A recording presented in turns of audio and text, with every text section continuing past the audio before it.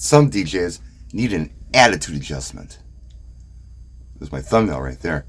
What is he on about today? Look, I needed this attitude adjustment as well. And I can't tell you exactly when I was able to achieve this, but what I can tell you is I think I'm serving my clients and my guests better now that I've had it.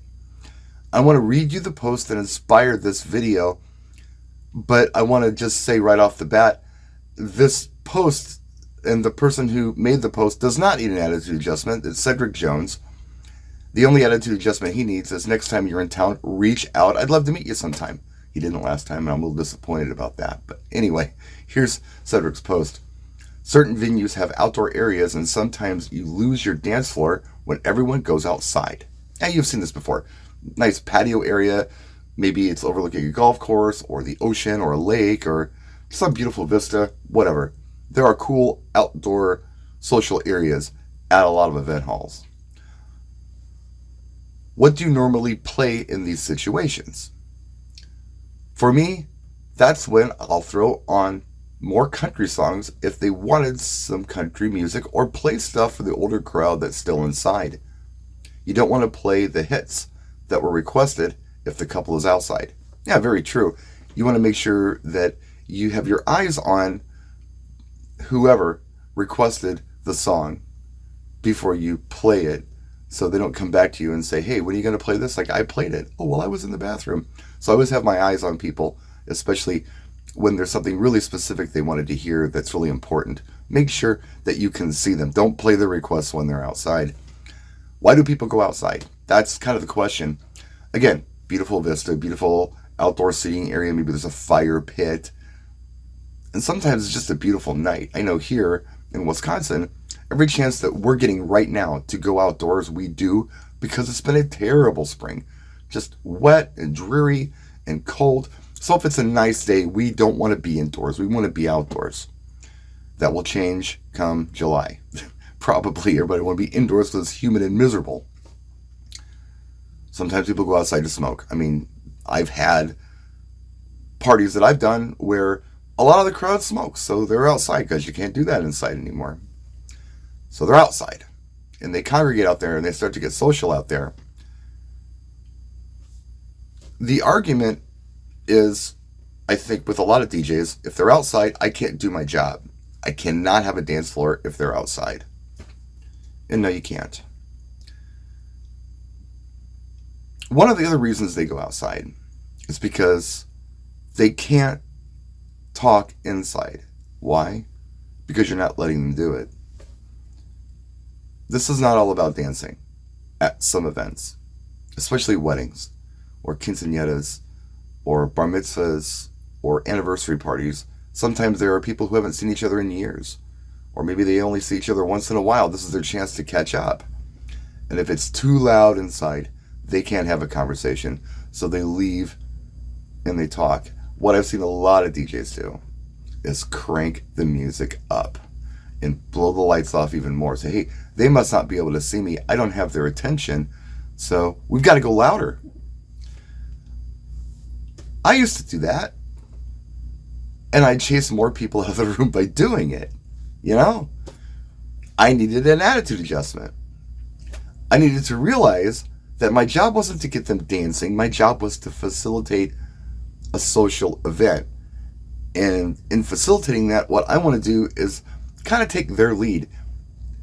If they want to be social, I need to create an environment with sound and lighting that facilitates a social room. I want a place where people can talk, if that's what they want to do. If they want to dance, of course. If they want to dance and what I'm doing isn't making them dance, I have a problem. It's my fault. But a lot of times, that is not what's on their agenda at all. They just want to hang out and talk. Or maybe they just want to go outside. So before we make the argument about an outdoor speaker, which is a good one, what do you play? I guess that's a really good question. And I think Cedric has some great ideas. I mean, if they like country, a lot of country isn't danceable. I mean, some of it is, and we play it. We know what it is. Especially a lot of the 90s stuff and some of the early 2000s stuff. And once in a while, a song comes along that's, oh yeah, this is a dance song. A Country Girl Shake It For Me is a dance song. But a lot of them are not. unless it's a slow dance song. So what do? This is listening music. This isn't dancing music necessarily, unless it's line dancing or something. So that's a great option if that's what they want. You play those country songs. And the older crowd, yeah, if they're sitting around inside, play them whatever you think they might enjoy. But if they're sitting at the tables and they're talking, make sure the volume is at a place where they can do that. And maybe crazy lighting going all over the place during this time isn't the way to go. You bring it down and you make the lighting fit the mood.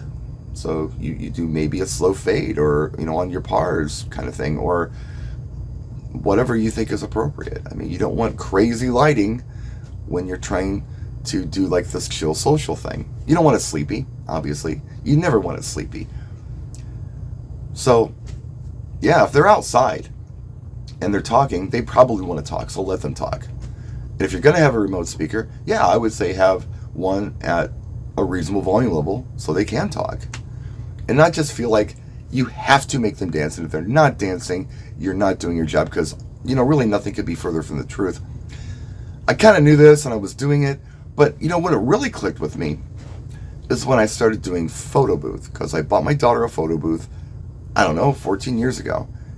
And we did really well with it for a few years, and then it didn't go so well. And I know a lot of people love photo booth. I don't understand it. And quite frankly, I'm not interested in bouncy houses and chocolate fountains and all that stuff. I'm interested in DJing. So any other service that's provided, someone else can provide it, because I don't dig it. Neither here nor there. When you run out of photo booth, sometimes you feel bad if people aren't constantly coming to the photo booth. You feel like the client's not getting their money's worth, especially if you're a DJ. Well, if they're not sitting to get a session in the photo booth, I'm not doing my job. No. Make them aware that you're there, and if they want to use it, they can. But if they don't, they don't. It's not your fault. You might go to the client and say, look, we haven't had a lot of people come to photo booths, so if they want to come, maybe say something to people if you want to come and do it. But if people don't come, they don't come. It's not your fault. It's kind of like dancing sometimes. Maybe they don't want to dance. I'm beat up. I had a long weekend. And if I had to go to a party tonight, the last thing I would do is dance. My whole body hurts. I'm in for being social. I'm in for tapping my foot. But I'm not in for dancing. I don't need to do that. And what I certainly don't need is for a DJ to, blast 130 decibels at me so I can't talk. That's going to force me to go outside or leave altogether. Hey, it was great. Thanks, I got to go. And then you go out to the car and you say to your wife or your husband or your kids or your friends or whoever, Jesus, my ears are ringing. I couldn't hear in there. I was getting a headache. Be mindful of this. Read the room. I mean, that's kind of the message I want to throw out here in this video. Read the room. Understand that if they're not dancing, it's okay. They don't want to dance. If they want to dance and you're not facilitating that environment for them, you're failing. But if they don't want to dance and they just want to talk, let them talk and play something appropriate. Play something maybe up-tempo, but not dancey sometimes, and not sleepy. The last thing you want to do is play sleepy. I went to a party years ago. It was a family party. It was one of our nephews who got married. And there was a dinner, and the DJ put on the Nat King Cole CD, and it was so sleepy. And it was July, and at the end of the Nat King Cole Christmas CD was the Christmas song that we heard several times, which was not appropriate, but that DJ didn't care, just had it on a loop. But it was very sleepy music, so I never want to play sleepy. I want to play up-tempo. If I wanted them to leave, I'll play sleepy music. I'm tired, I gotta go. As DJs with music, whether they're hearing it subconsciously or they're aware of what they're hearing, what we play does change people's moods. Sleepy music will make them sleepy. And up-tempo music will wake them up. It's the whole psychology of music. We've been doing it as DJs, we should kind of understand how this works, I guess. So, yeah, I mean, that's the attitude adjustment I'm talking about. Just understanding that it's not all about the dance. It's not just about dancing. It can be about a lot of things. It could be background. It could be social.